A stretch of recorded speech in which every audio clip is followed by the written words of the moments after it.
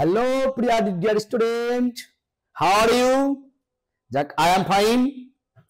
যাক, এই ঠান্ডা, এত ঠান্ডার মধ্যেও তোমাদের সামনে আবার লজিক ক্লাস নিয়ে হাজির হয়েছি। যাই হোক, তোমাদের ওদিকে কেমন ঠান্ডা জানিও, এসএমএস করে, কমেন্ট বক্সে কমেন্ট করে।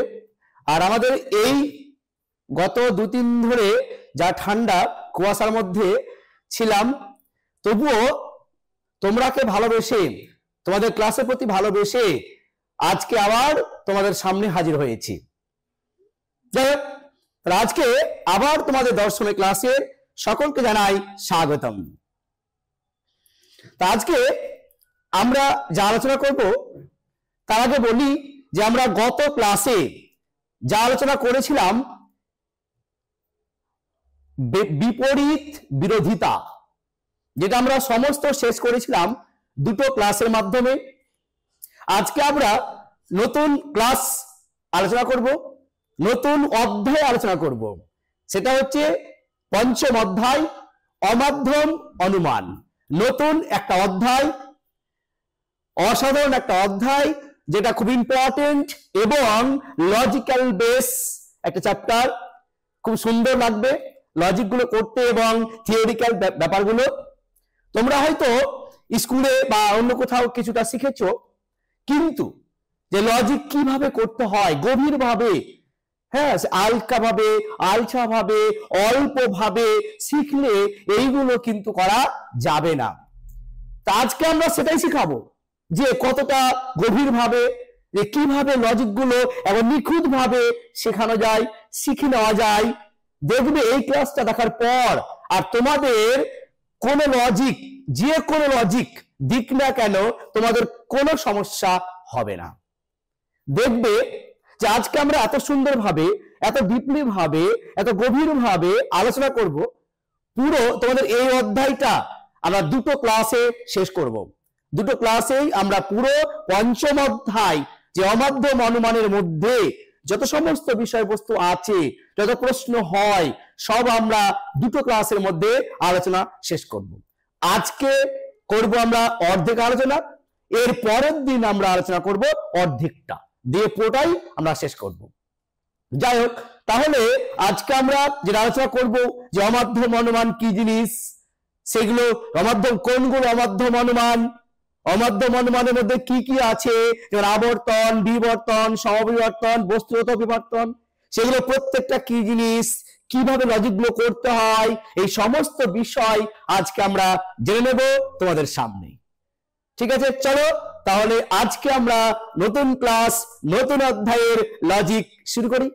হেই, যদি তুমিও তোমার এক্সাম প্রিপারেশন অনেক সহজ করে তুলতে চাও, তাহলে ডেসক্রিপশন বক্সের লিংক থেকে এলিট অ্যাপটি ডাউনলোড করে নাও। সেখানে তুমি প্রতিটি টপিকের ভিডিও লেকচার, স্টাডি ম্যাটেরিয়ালস এবং নোটস, কোয়েশ্চেন অ্যান্সারের সলিউশন, অডিও বুকস এবং বোর্ডের যাবতীয় ইম্পর্টেন্ট আপডেট পেয়ে যাবে। তাই অ্যাপটি ডাউনলোড করতে ভুলো না। তো চলো আবার টপিকে ফিরে যাই।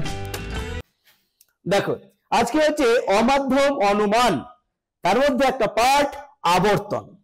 তো তার আগে আমরা জানবো যে অমাধ্যম অনুমান কি জিনিসটা, বা কোথা থেকে পেলাম। যে আমরা অমাধ্যম যদি না জানি, তাহলে আবর্তন নিশ্চয় করতে পারবো না। তাহলে আমরা অমাধ্যম যে অনুমানটা কি জানলাম না, তাহলে আমরা তার ভিতরে যে আবর্তন আছে আর বুঝবো কি করে, আমরা জানবো কি করে? তাহলে আমরা আগে জানবো যে অমাধ্যম অনুমানটা কি। দেখো, আমরা প্রথম ক্লাসে আলোচনা করেছিলাম যুক্তি নিয়ে, বাকি করেছিলাম অনুমান নিয়ে। যে যুক্তি বা অনুমান, এটাকে আমরা দুভাগে ভাগ করেছিলাম না, একটা হচ্ছে অবরোহ, একটা হচ্ছে আরোহ। সেটা যুক্তিও বলতে পারি, অনুমানও বলতে পারি।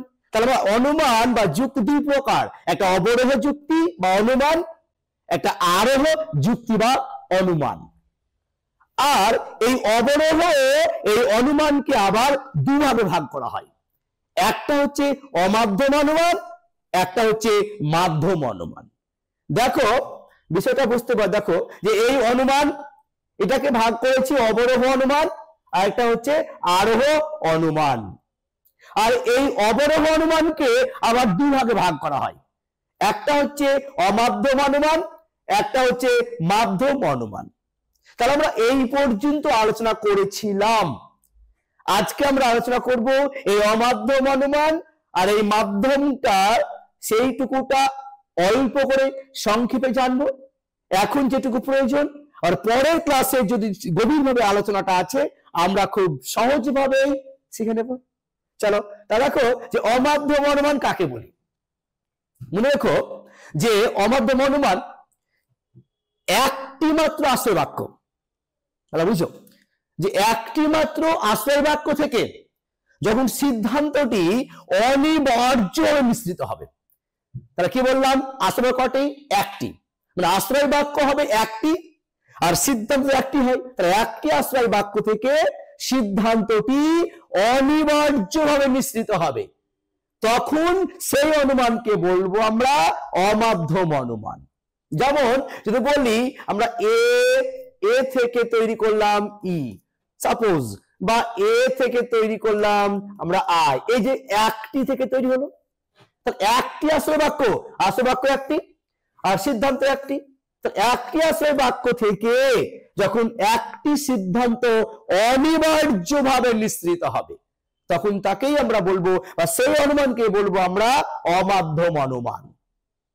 আর মাধ্যম কোনটি? মাধ্যমটা হচ্ছে দুটি আশ্রয় বাক্য। আশ্রয় বাক্য দুটি হবে, দুটি আশ্রয় বাক্য থেকে যখন সিদ্ধান্তটি অনিবার্যভাবে মিশ্রিত হয় তখন সে অনুমানকে বলবো আমরা মাধ্যম অনুমান। যেমন অতএব এ, দেখো দুটি আশ্রয় বাক্য, এই দুটি আশ্রয় বাক্য থেকে যখন সিদ্ধান্তটি অনিবার্যভাবে মিশ্রিত হয় তখন সে অনুমানকে বলবো আমরা মাধ্যম অনুমান। এই মাধ্যম অনুমানটা তোমাদের সিলেবাসের পরের চ্যাপ্টার আছে, মানে 6 চ্যাপ্টারে তোমাদের এই নিয়ে পুরো আলোচনা, এর মধ্যে অনেক কিছু আছে, আমরা তখন গভীরভাবে ডিসকাস করব। ঠিক আছে, তাহলে আমাদের আজকে যে আলোচ্য বিষয় সেটা হচ্ছে মাধ্যম অনুমান। এই মাধ্যম অনুমান কি জিনিস বলবো, উদাহরণ দেব, সেই তার মধ্যে কি কি আছে সেইগুলো আমরা আলোচনা করব। ঠিক আছে, চলো তাহলে আমরা অমাধ্যম কি জানলাম, একটি আশ্রয় বাক্য থেকে একটি সিদ্ধান্ত অনিবার্যভাবে মিশ্রিত হবে, আর যে অনুমানে হবে সেই অনুমানকে বলবো আমরা অমাধ্যম অনুমান। দেখো এবার এই অমাধ্যম অনুমানের মধ্যে দেখো তো কতগুলো আছে। একটা হচ্ছে আবর্তন, একটা বিবর্তন, একটা সমবিবর্তন, একটা বস্তুগত বিবর্তন, একটা বিরোহানুমান, এই আরো আছে অনেকগুলো। তাহলে এইটুকু তোমাদের মধ্যে সিলেবাসে অন্তর্ভুক্ত। তাহলে আজকে আমরা আলোচনা করব যে অমাধ্যম অনুমানের মধ্যে অন্তর্ভুক্ত আবর্তন যে বিষয়টি, এটা নিয়ে আজকে আমরা আলোচনা করব। আবর্তন থেকে যত রকম প্রশ্ন আসবে সমস্ত আজকে পুরো ডিসকাস তোমাদের সামনে করব। ঠিক আছে, খুব সহজভাবে সুন্দরভাবে দেখবে। এই ক্লাসটা করার পর দেখবে তোমাদের কোনো প্রবলেম হবে না, কোনো সমস্যা হবে না। জলের মতো, একদম জল খেতে যেমন কোনো সমস্যা বোধ হয় না, ঠিক সেই রকম ভাবে এই লজিকটা আমি এত সুন্দরভাবে আলোচনা করব তোমাদের সামনে, কোনো সমস্যা হবে না।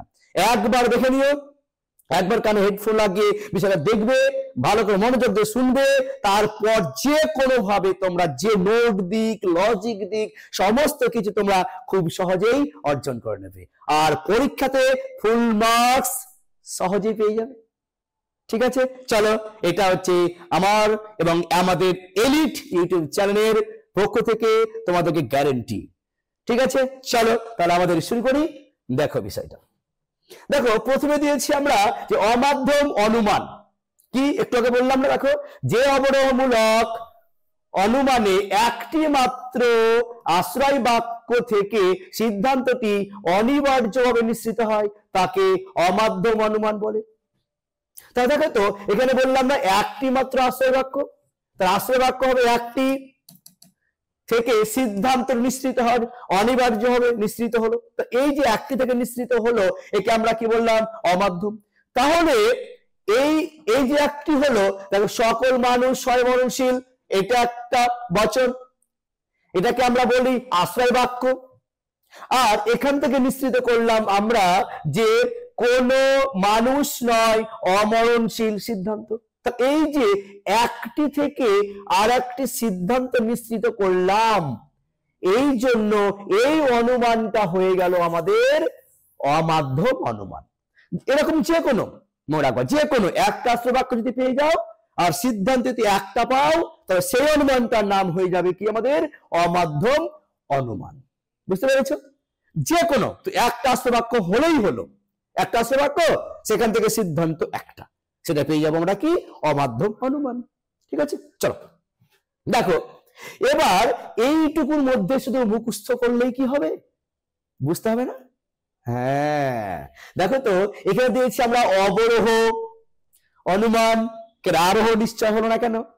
কেন মনে রাখবা অমাধ্যম অনুমানে না যে আশ্রয় বাক্য থেকে যে সিদ্ধান্ত নিশ্চিত হয় এটা কিন্তু অনিবার্যভাবে হবে, অনিবার্য প্রসক্তি হবে, আবশ্যিকভাবে হবে।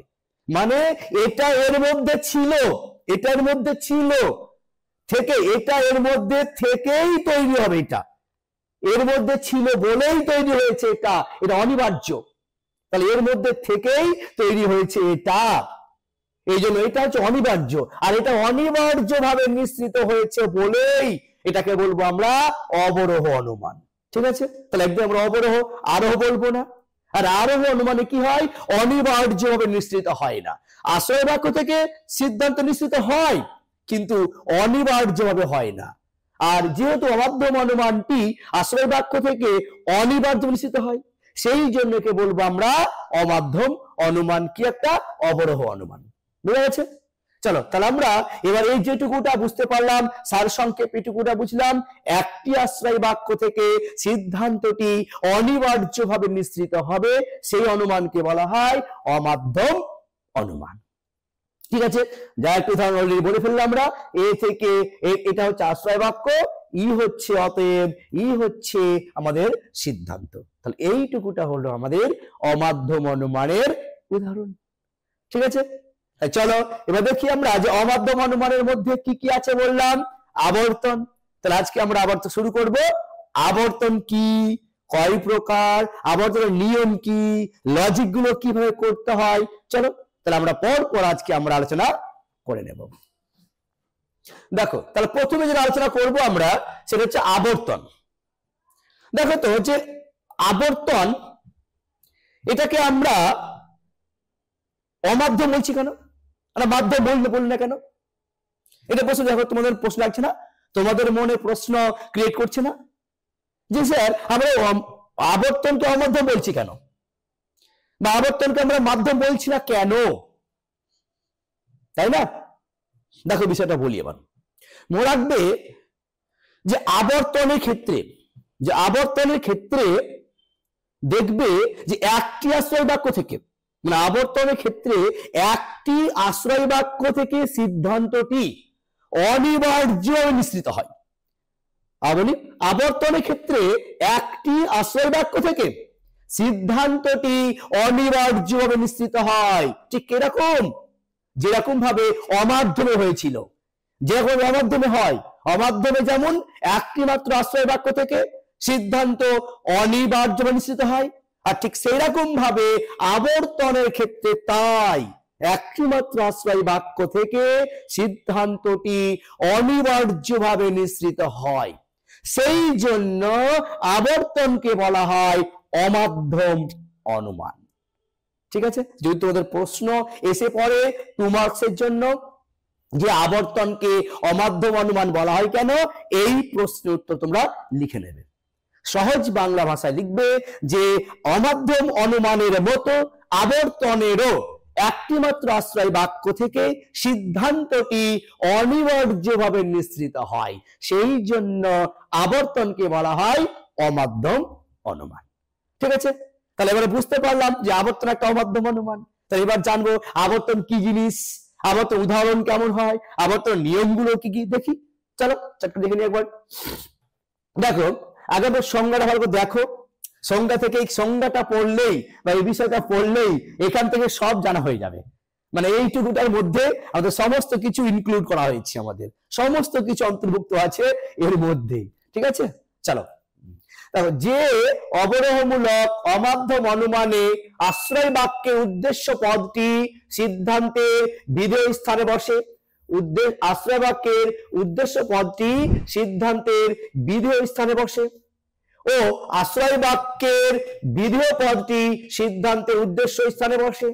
আশ্রয় বাক্যের ও সিদ্ধান্তের গুণ একই থাকে। আশ্রয় বাক্য থেকে সিদ্ধান্তটি অনিবার্যভাবে নিঃসৃত হয়, তাকে আবর্তন বলে।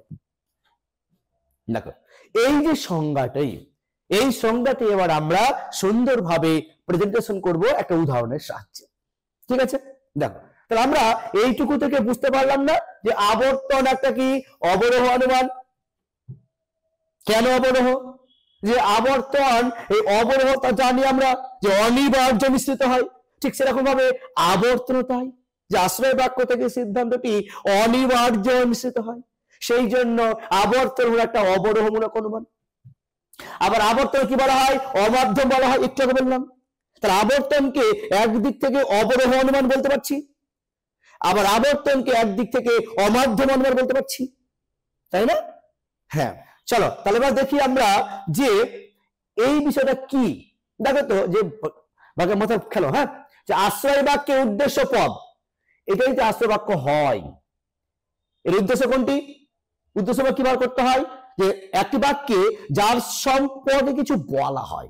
দেখো তো মানুষ বলছে না, তাহলে মানুষ সম্পর্কে বলছি, তাই মানুষটি হয়ে গেল উদ্দেশ্য। বুঝো, উদ্দেশ্য পদটি, মানুষ পদটি সিদ্ধান্তের বিধেয় স্থানে বসে। তার সিদ্ধান্ত কোনটা? এটা। তার বিধেয় কোনটা? বুঝেছি, দেখো বুঝেছে। তাহলে উদ্দেশ্য পদটি সিদ্ধান্তের বিধেয় বসে। আবার কি বলছে? আশ্রয় বাক্যের বিধেয় পদটি সিদ্ধান্তের উদ্দেশ্য স্থানে বসে। তাহলে বিধেয়টি কোনটা? মরণশীল। দেখো বিধেয় বসেছে, উদ্দেশ্য বসেছে। আবার দেখো তো আশ্রয় বাক্য সিদ্ধান্তের গুণ একই থাকে। গুণ দেখো তো হয়, গুণ দেখো তো হয়, একই হয়েছে।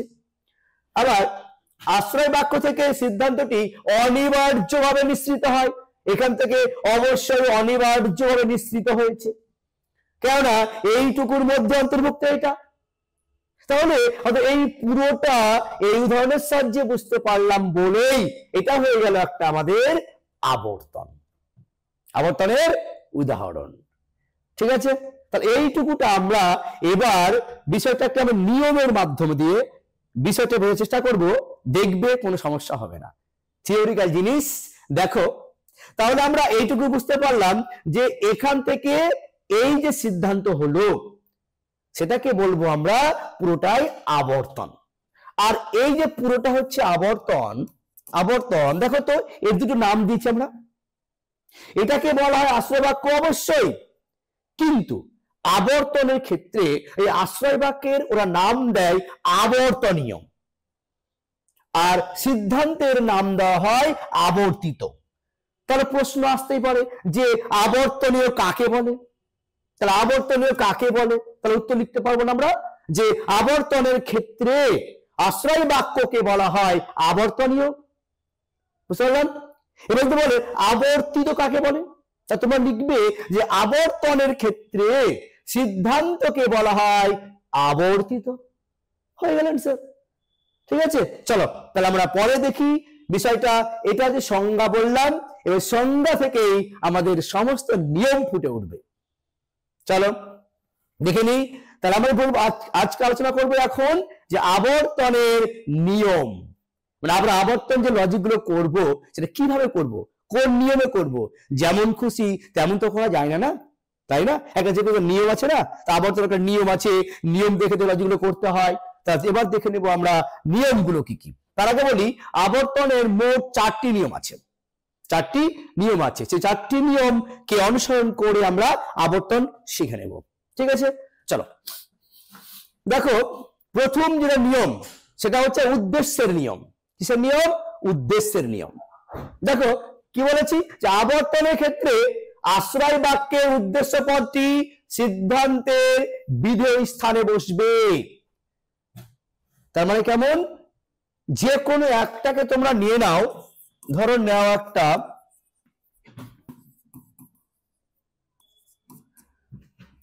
ধরলাম একটা যে কোনো বচন এ বচন।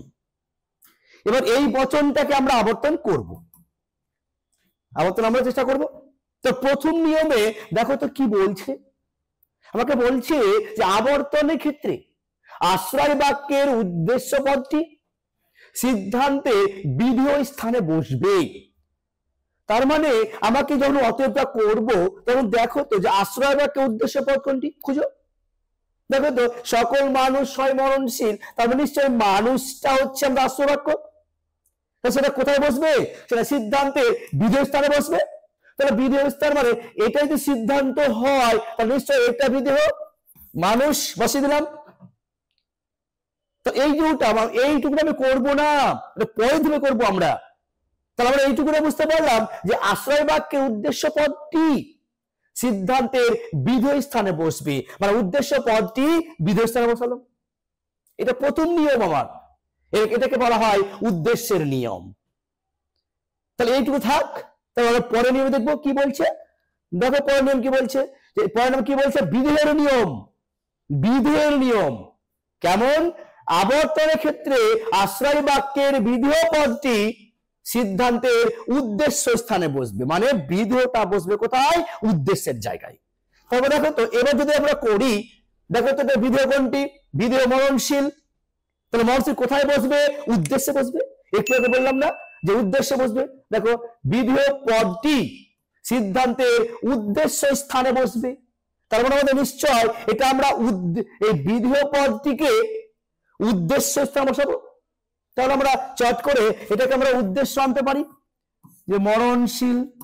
মরণশীল তো এই যে এই প্রথম নিয়মে করলাম উদ্দেশ্যটি বসলো বিধেয় স্থানে, আর দ্বিতীয় নিয়মে করলাম বিধেয় পদটি বসলো উদ্দেশ্য স্থানে।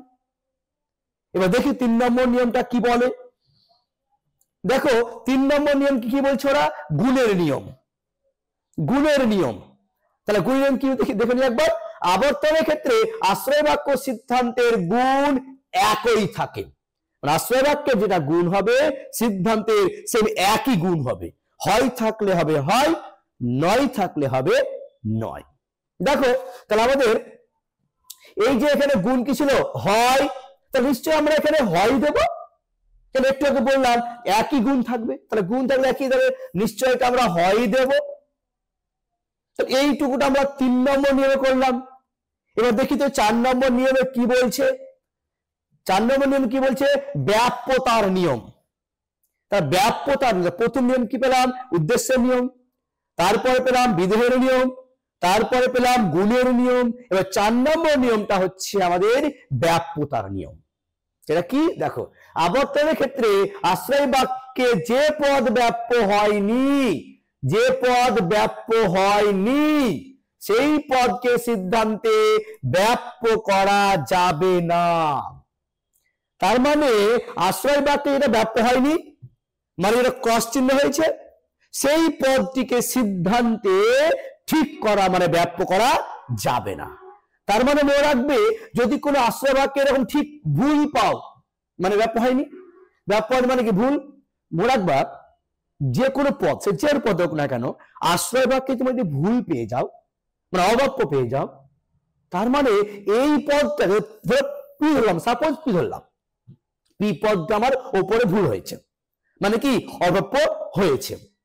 তাহলে এই অতএবে পি পদটিকে কখনোই ঠিক করা যাবে না। মানে এখানে উপরে পি কে ভুল দিয়েছি আর নিচে পি কে ঠিক করেছি, না করা যাবে না, এইরকম করা যাবে না। এইরকম ছাড়া তুমি যে কোনো করতে পারো, পি ঠিক পি ভুল, হ্যাঁ করা যাবে, পি ভুল করা যাবে, পি ঠিক করা যাবে, যে কোনো কিছু করা যাবে, কিন্তু এটা করা যাবে না। এগুলো সব করা যাবে। বলি আশ্রয় বাক্যে যেটা ব্যাপ্য হয়নি, আশ্রয় বাক্যে যেটা ভুল হয়েছে, সেই পদটিকে সিদ্ধান্তে ব্যাপ্য করতে আমরা পারবো না। মানে এক কথা আমরা সহজ বাংলা ভাষায় মনে রাখবে, ওপরে ভুল নিচে ঠিক করা যাবে না। ঠিক আছে, চলো তাহলে আমরা দেখে নিই। দেখো তো যে এবার আমরা এইটুকুটা বলছি ব্যাপ্য বলেছি, তাহলে দেখো তো এইখানে আমাদের এ, তাহলে এবার এখানে যদি আমরা এ দিই, যে কোনো কিছু একটা দিই, এ দিলাম, চেষ্টা করি কেন বলো তো, এখানে হয় আছে না, এখানে হয় থাকে নিশ্চয় হয় এ, না হলে আমাদের আই হবে। হয় কার হয়? এ আর আই হয় না? এ আর আই যদি হয় তার মানে দুটোর মধ্যে একটা হতে পারে। যদি এ হয় সকল বসবে, আর আই হলে কি কোনো কোনো বসবে, হয়ে গেল। কিন্তু আমরা চতুর্থ নিয়মটি দেখব, এ বসালে ঠিক হচ্ছে না আই বসালে ঠিক হচ্ছে। ঠিক আছে, দেখো আমি যদি ধরি, সাপোজ আমরা ধরলাম এ দিলাম, সকল করি, দেখি এ ধরে দেখি হচ্ছে কিনা। যদি এ ধরে চতুর্থ নিয়মটি মেনে নেই তাহলে বলবো এর আবর্তন এই হবে। ঠিক আছে, দেখো আমাদের নিয়মটা কি বললাম, যে আশ্রয়বাক্যে যেটা ব্যাপ্য হয়নি সেই পদটিকে সিদ্ধান্তে ব্যাপ্য করা যাবে না। তা দেখি এবার, তাহলে বলো তো এ বচনের ঠিক ভুলগুলো কি হয়? আমরা জেনেছি আগে এ বচনের ঠিক ভুলগুলো কি হয়? ঠিক ভুল। ই এর কি হয়? ঠিক ঠিক। আই এর কি হয়? ভুল ভুল। ও এর কি হয়? ভুল ঠিক। তার মানে আমরা এ পেয়েছি, এ বচনের উদ্দেশ্য হয় ঠিক আর বিধেয় হয় ভুল। আবার এ বচনের উদ্দেশ্য হয় ঠিক আর বিধেয় হয় ভুল, জানি আমরা। এবার দেখব যে এই 4 নম্বর নিয়মটি এখানে মেনে চললো না মেনে চললো না। যদি মেনে চলে তাহলে আবর্তনটা আমাদের যে নিয়ম মেনে চলেছে বা ঠিক হয়েছে, আর যদি না মেনে চলে আবর্তনটা হয়নি। দেখে নি, দেখো তো যে এবার দেখো তো ভুল কোনটা, ভুল খুঁজো।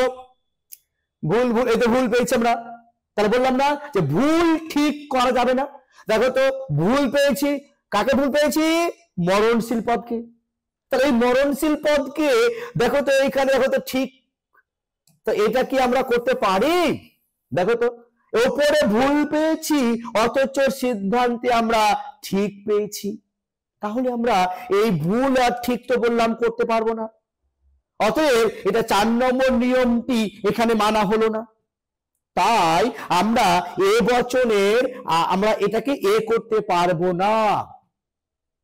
তাহলে আমাদের হাতে কি থাকলো? আর আই বচন করতে হবে। ঠিক আছে, দেখো এখানে অব্যাপ্য হয়েছে, এখানে ব্যাপ্য হয়ে গেছে। আর আমরা বললাম যে এর নিয়মটা কি বললাম, যে যে পদ ব্যাপ্য হয়নি, আশ্রয়বাক্যে যেটা ব্যাপ্য হয়নি সেই পদকে সিদ্ধান্তে ব্যাপ্য করা যাবে না।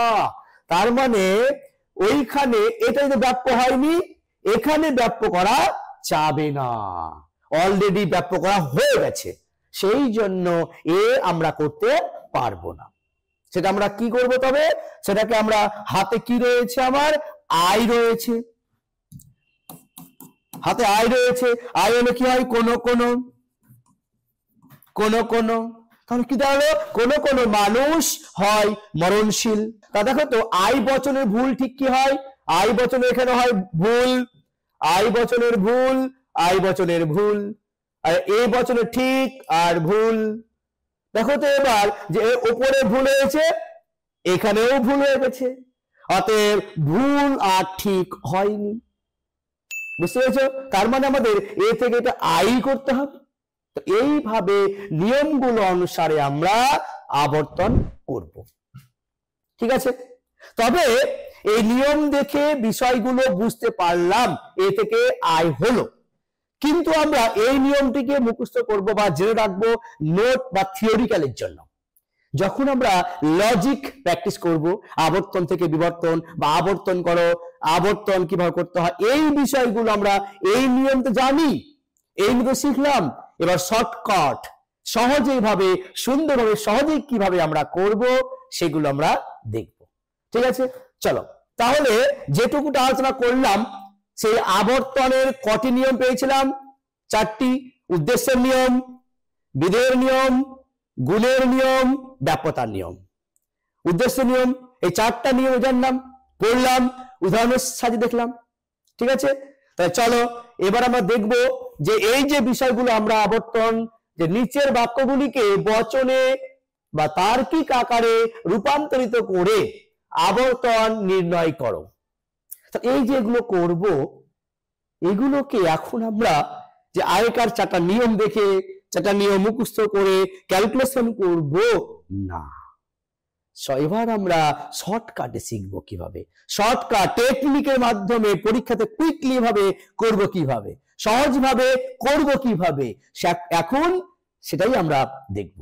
তাহলে এখন আমরা দেখব লজিক্যালি কিভাবে আবর্তনগুলো আমরা সহজেই শর্টকাট ট্রিক্সের মাধ্যমে করব।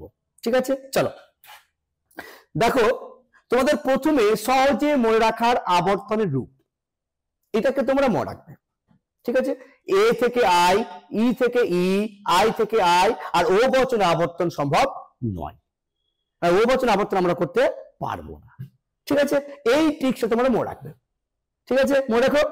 চলো তাহলে এবার আরেকটা কথা বলে দিই যে আবর্তন করব, এই যে আমি এ থেকে আই জেনে গেছি, ই থেকে ই জেনে গেছি, আই থেকে আই জেনে গেছি, আর ও এর আবর্তন করতে আমরা পারবো না, লিখে দেবো ওখানে ও বচন আবর্তন সম্ভব নয়, ব্যাস হয়ে গেল।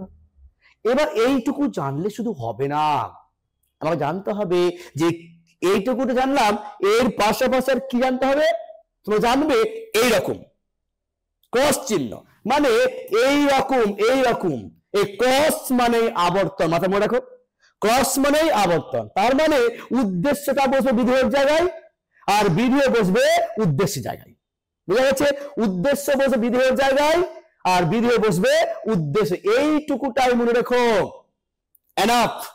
তার মধ্যে এইটুকু আর এইটুকুটা মনে করতে পারো, আবর্তন যে কোনো আবর্তন দিক না কেন খুব সহজেই অ্যান্সার করে নেবে, খুব সহজভাবেই সুন্দর তোমরা অর্জন করে নেবে। ঠিক আছে, চলো দেখে নেই। দেখো আমি এখানে যে প্রশ্নগুলো উত্তর করবো, যে শর্টকাট ট্রিক্স কি বললাম, এ থেকে আই, ই থেকে ই, আই থেকে আই, ও থেকে সম্ভব নয়, আরটা কি বললাম টস, ব্যাস দুটো দেখে নিয়ে। এবার প্রত্যেক কবি দার্শনিক হন, বলো তো কি বচন হবে? আমরা আগে জেনেছি বাক্য বচন, তাহলে নিশ্চয়ই বুঝতে পারছি প্রত্যেক মানে সব, সবের সঙ্গে হয় মানে এ বচন, তাহলে চট করে আমরা এটাকে এ বচন, তাহলে কি বললাম, সকল কবি হন দার্শনিক।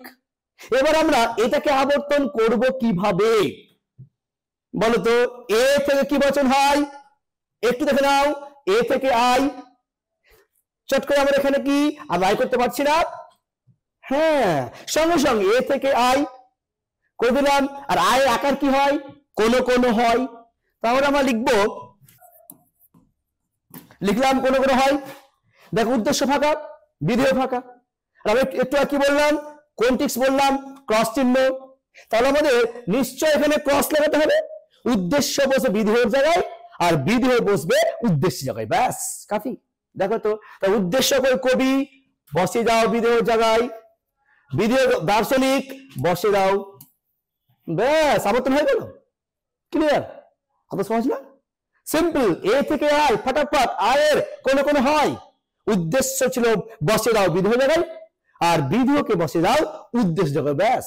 এবার ব্র্যাকেটে কি লিখবো আমরা, বলেছিলাম না আবর্তনের ক্ষেত্রে এটা হবে আবর্তনীয়, আর সিদ্ধান্তটি হবে আবর্তিত, এটা হচ্ছে আবর্তনীয়, এটা আবর্তিত।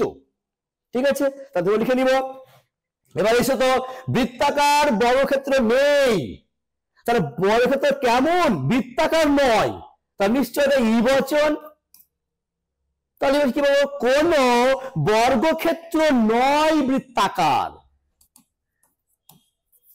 ব্যাস কোন বর্গক্ষেত্র নয় বৃত্তাকার, এলেপ করলাম।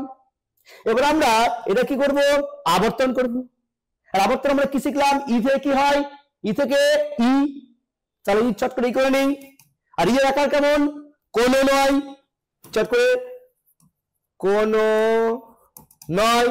এবার দেখো তো আবর্তন কি করতে বলেছিলাম, ক্রস চিহ্ন, দেখো তো ক্রস চিহ্ন করো, এইটা বসাও এইখানে, এটা বসাও এইখানে, এটা হয়ে গেল বৃত্তাকার, এটা হয়ে গেল বর্গ ক্ষেত্র, ব্যাস অ্যান্সার হয়ে গেল। ঠিক আছে, তাহলে আবর্তন আমরা শিখবো, এইটুকুটাই শিখবো যে এখানে এ পেলে আই, ই পেলে ই, আই পেলে আই, ও বচন করলেই লিখে দিব আবর্তন সম্ভব নয়। ঠিক আছে, তাহলে আমরা বুঝতে পারলাম। এবার আসি কিছু আর মিষ্টি, তাহলে কিছু আর মিষ্টি, কিছু মানে কি অল্প, অল্পের সঙ্গে আয় হলে, অল্প হলে কি হয়, অল্পের সঙ্গে হয় হলে কি হয়, আই বচন, তাহলে চট করে আমরা এখানে আই করে নিই, তাহলে কোন কোন আম হয় মিষ্টি, মিষ্টি। অতএব দেখো তো এবার আই থেকে কি বচন হয়, দেখে নি একবার, আই থেকে আই, ফটাফট, কিছু না, সিম্পল, এইটুকু আর ক্রস চিহ্ন, ব্যাস, আবর্তন কাফি। চলো দেখে নি আমরা, তাহলে আই থেকে আই হলো, আই মানে কোনো কোনো হয়, তাহলে বসে দিই কোনো কোনো হয়, কোনো কোনো হয়, ঠিক আছে। এবার আমরা কি বললাম যে ক্রস চিহ্ন এটা বিধেয় বসবে উদ্দেশ্য জায়গায়, উদ্দেশ্য বসে বিধেয় জায়গায়, তাহলে এখানে হয়ে গেল মিষ্টি, এখানে হয়ে গেল কি আম, হয়ে গেল। তাহলে কোন কোন মিষ্টি হয় আম। এবার এইখানে বসাবে আবর্তনীয়, এইখানে বসাবে আবর্তিত, ঠিক আছে। চলো দেখে নিই আমরা, প্রত্যেক চিকিৎসক দয়ালু নয়, দেখো তো প্রত্যেকের সঙ্গে নয় আছে না, তাহলে প্রত্যেক মানে সব, আর নয় থাকলে সবের সঙ্গে নয় হলে কি হয় ও বচন, তাহলে আমরা ও বচন বসিয়ে দিলাম। ওই কি লিখবো আমরা, কোন কোন নয়, কোন কোন নয়, তাহলে কি নয়, চিকিৎসক নয় দয়ালু, চিকিৎসক, ক্লিয়ার। তাহলে কোন কোন চিকিৎসক নয় দয়ালু। এটা আমরা এটাকে আবর্তন কিভাবে করব দেখে নিই। দেখো তো যে ও বচনে দেখো তো আবর্তন কি হয়, ও বচনে আবর্তন সম্ভব নয়, তাহলে কোন বচনে সম্ভব হচ্ছে না, কেন হচ্ছে না দেখাচ্ছি একটু পরে আমরা। তাহলে আমরা কি করব, লিখে দিব যে ও বচনের আবর্তন সম্ভব নয়, হয়ে গেল স্যার। তাহলে ও বচনের আবর্তন সম্ভব নয়, এইটুকুই লিখে দাও, হয়ে গেল, ঠিক আছে। তাহলে এইভাবে আমরা আবর্তন করব লজিক্যালি ভাবে। তাহলে কি শিখলাম, এর আবর্তন আই, ই এর আবর্তন ই, আই এর আবর্তন আই, ও এর আবর্তন সম্ভব নয়। শর্টকাট আটা কি শিখলাম, ক্রস, ব্যাস আবর্তন হয়ে গেল। যে কোনো আবর্তন দিক না কেন তোমরা এই আবর্তনগুলো খুব সহজেই করে নেবে, ঠিক আছে। চলো তাহলে আমরা দেখি পরে কি আছে। দেখো যে আবর্তন যে শিখলাম, আবর্তন নিয়ম শিখলাম, উদাহরণ শিখলাম, এবার আমরা শিখবো আবর্তনের প্রকারভেদটা, আবর্তন কয় প্রকার, ঠিক আছে। দেখো আবর্তন হচ্ছে দুই প্রকার, একটা সরল আবর্তন, একটা হচ্ছে অসরল আবর্তন। সরল আবর্তন আর অসরল আবর্তন, সীমিত আর সীমায়িত।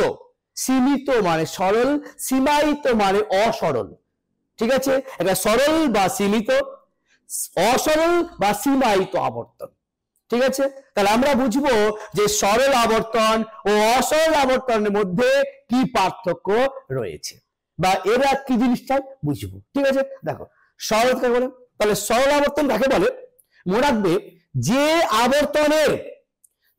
আবর্তনের পরিমাণটা মানে আশ্রয় বাক্য আর সিদ্ধান্তের ওই পরিমাণটা যদি এক হয়, বলি যে আবর্তনের আশ্রয় বাক্য সিদ্ধান্তের পরিমাণ একই থাকবে সেই আবর্তনকে বলবো আমরা সরল আবর্তন। পরিমাণ এক, তাহলে ই থেকে ই, আই থেকে আই, একই পরিমাণ না, তাহলে পরিমাণটা এক থাকবে, সেই আবর্তনকে বলবো আমরা সরল আবর্তন। আর অসরল কে বলবো, বুঝবো যে আবর্তনের পরিমাণটা ভিন্ন, আশ্রয় বাক্যের যা পরিমাণ সিদ্ধান্তের পরিমাণটা কিন্তু আলাদা, পরিমাণটা ভিন্ন, সেই আবর্তনকে বলবো আমরা অসরল আবর্তন। দেখো তো এইখানে আমরা কি করলাম, এ থেকে আই, ই থেকে ই, আই থেকে আই, দেখো তো এই দুটো দেখো পরিমাণ এক না, এই দুটোকে বলবো আমরা সরল। আর এটা যেহেতু পরিমাণ আলাদা, এ থেকে আই হয়েছে, এর সামান্য এটা বিশেষ, দুটো আলাদা হয়ে গেল, এই যে এটাকে বলবো আমরা কি অসরল আবর্তন, বুঝা গেছে। তাহলে আমরা আবর্তন কয় প্রকার পেলাম, সরল আবর্তন এবং অসরল আবর্তন, ঠিক আছে, কি জেনে গেলাম।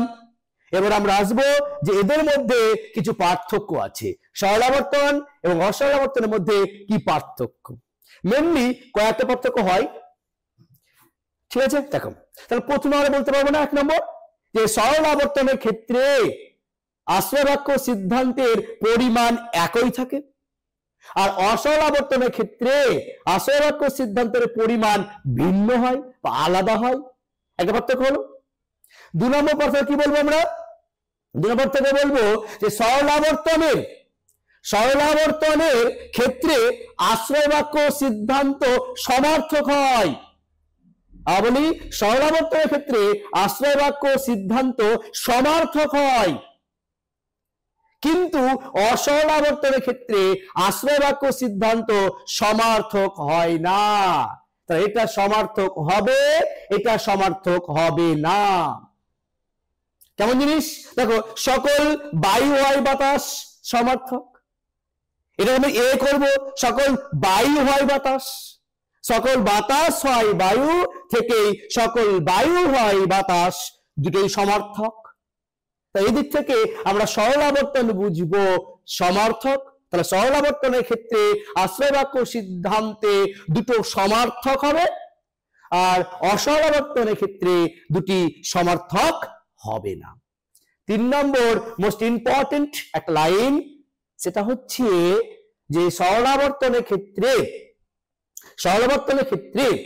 যে আমরা আশ্রয় বাক্য থেকে যেটা সিদ্ধান্ত পাই সেটা থেকে আবার আমরা মূল বচন পেতে পারি।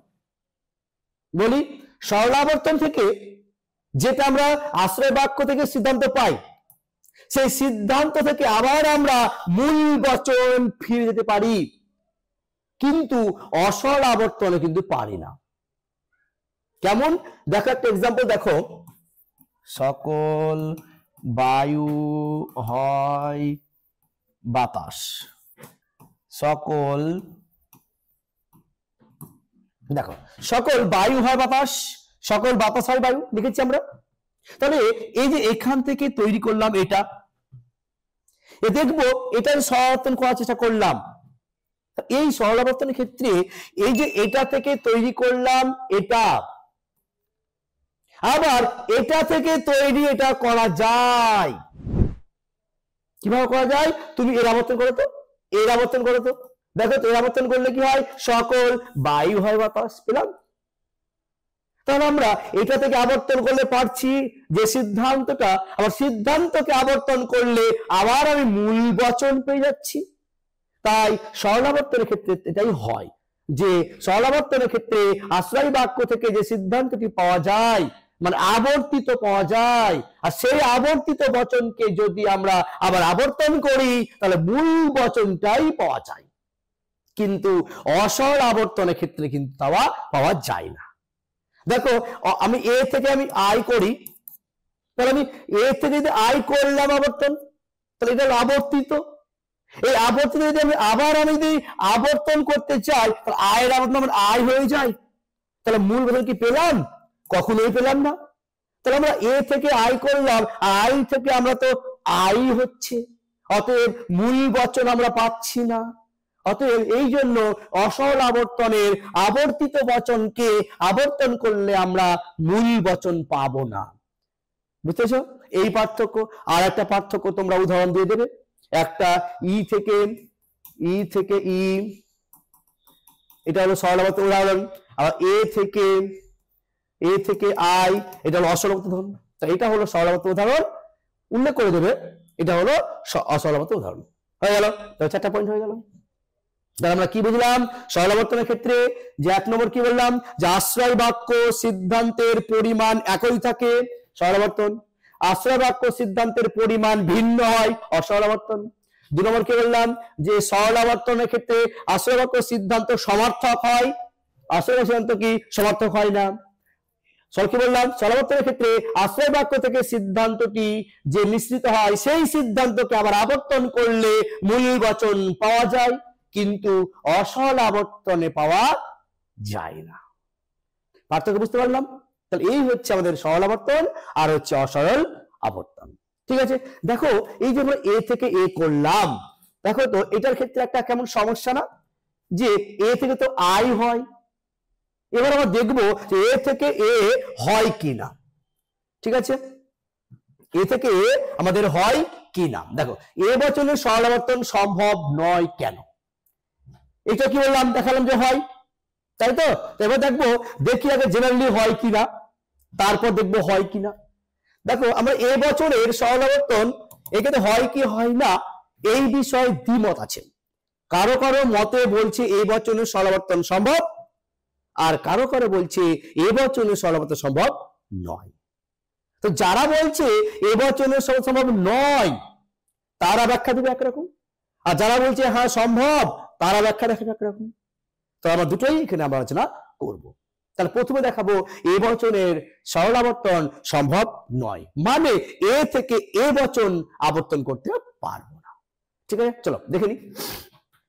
যদি আমরা এ থেকে এ করতে যাই তাহলে আমরা দেখি এ বচনটা কি হয়। দেখো তো, যে সকল আর হয় উদ্দেশ্য, উদ্দেশ্য বলে বিধেয় জায়গায় একটু আগে আবর্তন কি শিখলাম, উদ্দেশ্য হয় বিধেয় এই যেমন জায়গায়, আর মননশীল হয়ে গেল, ব্যাস হয়ে গেল। তাহলে আবার এটা যদি এটা কি করা যায়, এটা প্রশ্ন। এটা কি এটা করতে নিশ্চয় করতে পারবো না বলেই প্রশ্ন করেছি। দেখি এবার আমরা করতে পারছি না কেন। দেখো তো, যে আবর্তন নিয়মগুলো বলো তো। প্রথম নিয়ম কি ছিল? প্রথম নিয়ম ছিল উদ্দেশ্য পদটি আশ্রয় বাক্যে উদ্দেশ্য পদ সিদ্ধান্তের বিদেশনা বসবে। হ্যাঁ বসেছে, 1 নম্বর নিয়ম মেনেছে। 2 নম্বর নিয়মটা কি বলছিল? বিধেয় নিয়ম, যে আশ্রয় বাক্যের বিধেয় পদটি সিদ্ধান্ত উদ্দেশ্যনা বসবে। হ্যাঁ বসেছে, 2 নম্বর মেনেছে। 3 নম্বর কি ছিল? আশ্রয় বাক্য সিদ্ধান্তের গুণ একই থাকবে, গুণের নিয়ম দেখো তো একই হয়েছে, গুণ একই হয়েছে, অতএব 3 নম্বরটা মেনেছে। 4 নম্বরটা কি বলেছিল? আশ্রয় বাক্যে যে পদ ব্যাপ্য হয়নি সেই পদটিকে সিদ্ধান্তে ব্যাপ্য করা যাবে না। আশ্রয় বাক্য ভুল, নিচে ঠিক করা যাবে না। দেখো তো, এ বছরে ঠিক হয় ভুল হয়, এ বছরে ঠিক হয় ভুল হয়।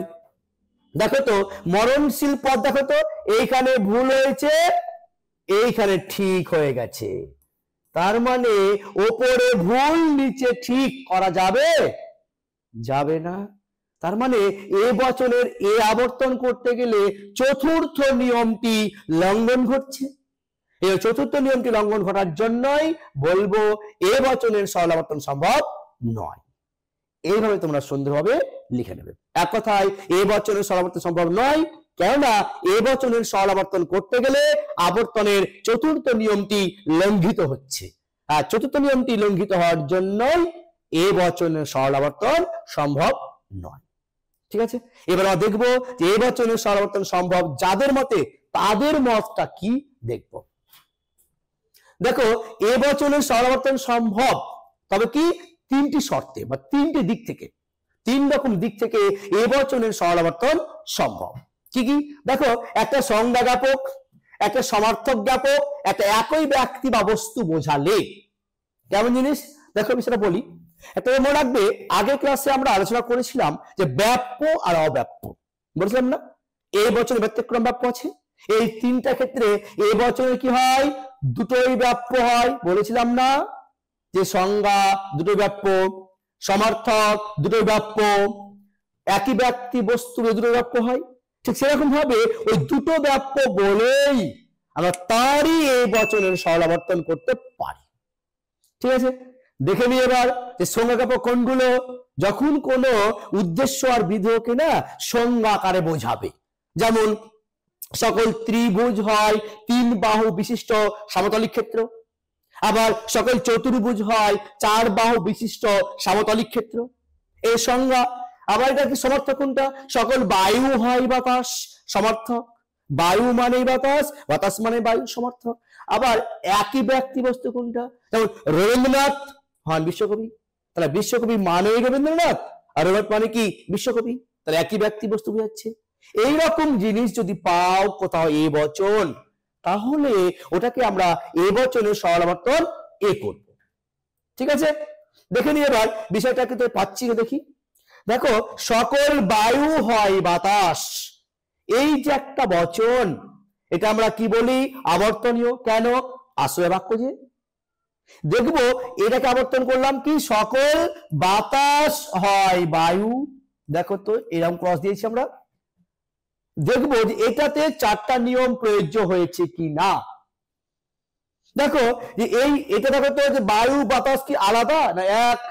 নিশ্চয় একই জিনিস। তার সমর্থকের মধ্যে পড়ছে, সমর্থকের মধ্যে পড়লো মানেই দুটো পদই ব্যাপ্য, আর দুটো পদে ব্যাপ্য হলে এটাও নিশ্চয় একই দুটো ব্যাপ্য। তা দেখো তো এই কোথাও কি ভুল আর ঠিক পেলাম না। আর ভুল আর ঠিক পেলাম না মানে চতুর্থ নিয়ম মেনেছে।